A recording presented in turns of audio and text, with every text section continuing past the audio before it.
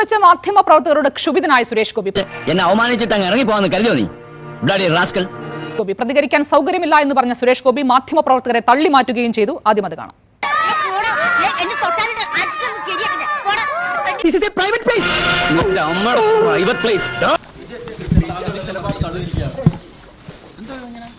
എന്റെ വഴി എന്റെ അവകാശമാണ്.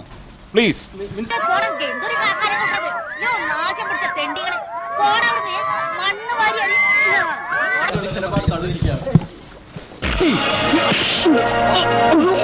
നിന്റെയൊക്കെ സമയമാവുന്നേ ഉള്ളടാ കള്ള കടയാടി മോനെ.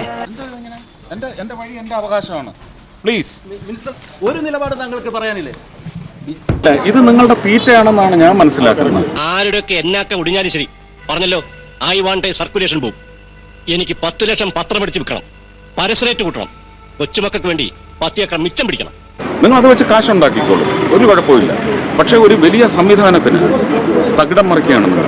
ഇല്ലാത്ത രാജ്യദ്രോഹ കഥകളിലും ഇല്ലാത്ത വാണിഭ കേസുകളിലും പ്രതികളെന്ന് മുദ്രകുത്തി പ്രായം തികഞ്ഞ സ്വന്തം പെൺമക്കളുടെ മുഖത്ത് നോക്കാൻ പോലും കഴിയാത്ത ഗതികേടിൽ പലരെയും ജീവിതത്തിൽ നിന്ന് പടിയിറക്കി പിണ്ണം വെച്ചിട്ടുണ്ട് അങ്ങയുടെ ഈ മഹാപാരമ്പര്യമുള്ള പത്രം.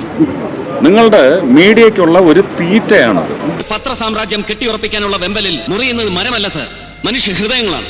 ഇറ്റ് വീഴുന്നത് കറയല്ല, നിരപരാധികളുടെ കണ്ണീരും ചോരയുമാണ്. ഓർത്തോ, ഇതൊരിടവേളയാ. ശരി, ചത്താ ഞാൻ നാളെ വരാം. അല്ല, ചത്തില്ലെങ്കിൽ ഞാൻ നാളെ വരാം.